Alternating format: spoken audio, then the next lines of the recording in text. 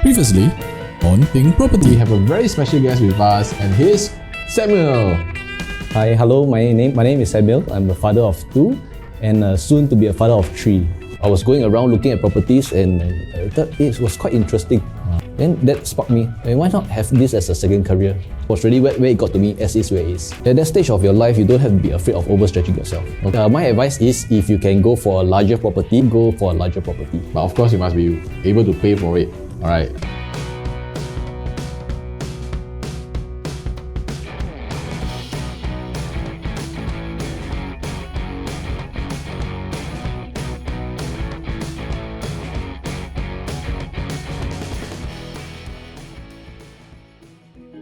Do you ever turn away a client? Yes, unfortunately, in our line of work, sometimes we do meet with very nasty clients. So what would really make me turn them away is when they start talking down to me. Yeah, that is something that I just cannot. So can you share with us? Leave the names out lah. But maybe share with us a little bit of the actual situation. What happened? Okay, what actually happened was I was trying to rent out this unit. Okay, and so I was trying to provide feedback to the landlord. So the kitchen cabinet laminate was broken and torn out. So you can actually see the plywood inside. Okay. And this was not a cheap, low-end budget condo. Okay, it was the rental was commanding somewhere between 4,000 to 5,000. Okay, wow, that's high. Yeah, 4,000 to 5,000 for and this happened a few years ago. So 4,000 to 5,000 back then is actually much higher. Yeah.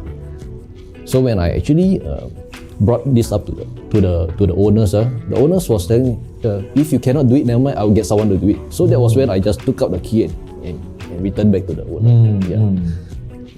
Because the very first time, okay, maybe that it didn't happen once. So it was the third time when she said that, because I keep on feedback. So every time when we bring a tenant up, the owners also expect feedback from us, right? So when I feedback that, she couldn't accept that feedback. So she says, see, if you cannot do it, I'll find someone else. Yeah. So I also got give chance. So when the third time happened, I had to give the key back.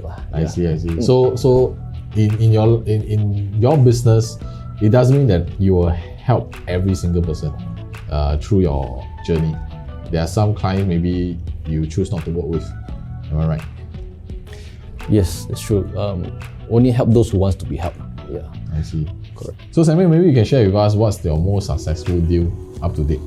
Okay, the most successful deal for me up to date is this deal which I closed recently. Okay, I won't use the exact amount, but maybe let's say maybe 6 million. Client was okay with 6 million, but we were negotiating somewhere about 6.1 million, but he was okay with 6 million. But because he's been such a long time client for me, and of course, and also because he's paying me a full commission, right? So at that point, I actually told him, I asked him, is it okay if I insist with the buyer at 6.1 million? Is it okay even if we lose this buyer? Because I know that I can actually sell at 6.1. Okay. Yeah. Although you are okay with 6, but is it okay? Because I wanted to ask his permission. So you wanted to kind of do more for this client? Because he's paying me my full com, right? Yes. So that's why I asked him that. So his reply was very heartwarming to me. Okay. He says, Samuel, I've known you for so long. I know, and I can fully, my wife and I, we can entrust this sale of the property to you. And that was really heartwarming. Okay. Yeah. Okay. So yeah, and so long story short, I insisted on the 6.1 and we got the 6.1. Wow. Yeah. So in a way, you kind of see that you are able to, the value of this property, you're able to kind of push it up to a 6.1 million, but actually owners are comfortable with 6 million. And so you go out of beyond your duty to ensure that you are able to kind of bring up the value of the price. That's right. Yeah. In fact, the owner was actually saying if it's slightly below 6, he's also okay. Oh, Yeah, okay. But you did not take the easy way out. Yeah, of course, end of the day, it doesn't make a difference to us so much in terms of commission, because if I close at 6, I still get my full commission. I close at 6.1, also get my full commission. But I thought that's how I reciprocate. Yeah, so it's almost like 100,000 difference. Yes. In terms of the value of amount. Yes. Okay, so that's why it's so memorable. Yes. What was memorable was, like I said, his reply to me, and it really touched my heart. For doing this. And how he entrusted such a high value property to me. Okay, great. Toughest case, and how do you manage to overcome it? Toughest case is always also again the nastiest case sometimes. Okay, to me, I always get many nasty cases, and the nasty cases are always also on the more. So it's never a walk in the park. Okay, in the business, there's always the rosy side and the lousy side. Yeah, so it's actually for a rental, and this tenant is a tenant with many complaints. All right, it was something to do with the aircon. So when he's been staying there for about a year, and I actually asked for the receipts for the aircon servicing receipts, which he did not produce initially, and then went to the extent of faking the invoices. Wow. Yeah, so it's like. So of course, it's when I managed to find out that he faked the invoices, he actually proceeded to get his lawyer to speak to me. And so big case. And for rental. For rental. Okay, it was quite a high value rental again. Yes. And so he got his senior lawyer to speak to me. So I don't get lawyers speaking to me or for such things before so often, right? But I held my ground, and the owner was the landlord was actually an overseas landlord. Okay. Yeah. So the landlord was also a bit worried, because to him it might be a small money. But I told him that it's not about the money, but the principle of doing it. You know, if he didn't service the aircon, yes, then he should bear for the damages. Correct. Yeah. Correct. So he got the lawyer to sue, and that was also the lawyer. Okay, the lawyer didn't sue, but the lawyer wrote a very firm, a very firm kind of letter. Yeah, that got me scared, worried for a moment. Okay. Yeah, so it went to such extent that I actually told the lawyer, let's meet. Okay, on site and discuss. The lawyer didn't want to do it because I knew that the lawyer wouldn't want to be physically involved. He can type an email, but he will not be physically involved. Yeah. So I held my ground, and at the end of the day, when the tenant moved out, we just deduct from his deposit. I mean, that's the straightforward way. Yeah. What are some of the key to success for your clients?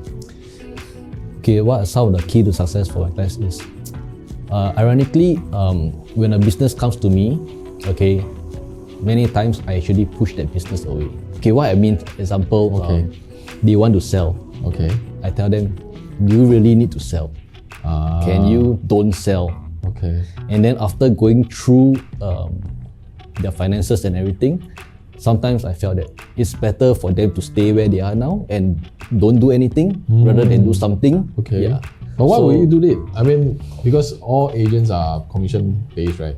Yes. If you don't do the deal, then there's no income for you. Yes, I agree. But to me, it's just a commission. But to them, they have to live with that problem or that wrong decision. Okay. Yeah. Okay. So So you rather advise them against it, even though they really want to. That's right.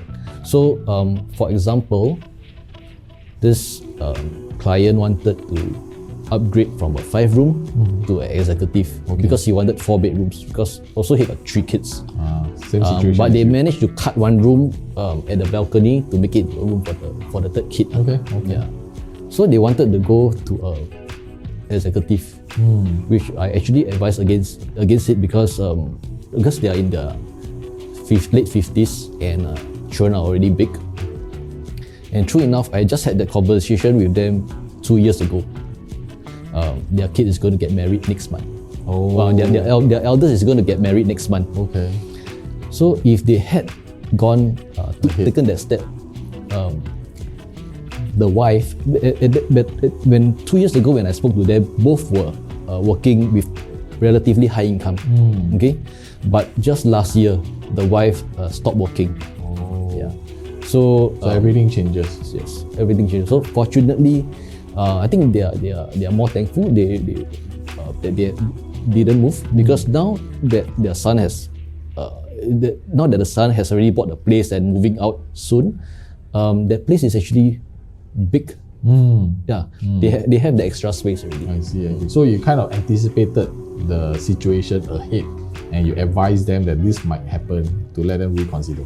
Yes, actually many times people, when they want to buy, they only look at the maybe first 5 years, maybe because HDB MOP 5 years. They only look at 5 years, but I try to let them look beyond that 5 years, between 10 to 15 years. Okay. That's a smart way, to plan ahead, and from there to kind of seeing what kind of milestones there is, then we can actually anticipate what kind of move we should do for our property. Next up, haunting property. Property that you have, how will you sell it to reach its maximum potential for your sellers? I think most importantly is actually to get as many buyers to come at a very small time slot. It's actually what my agent did to me. I was already an agent also. Okay.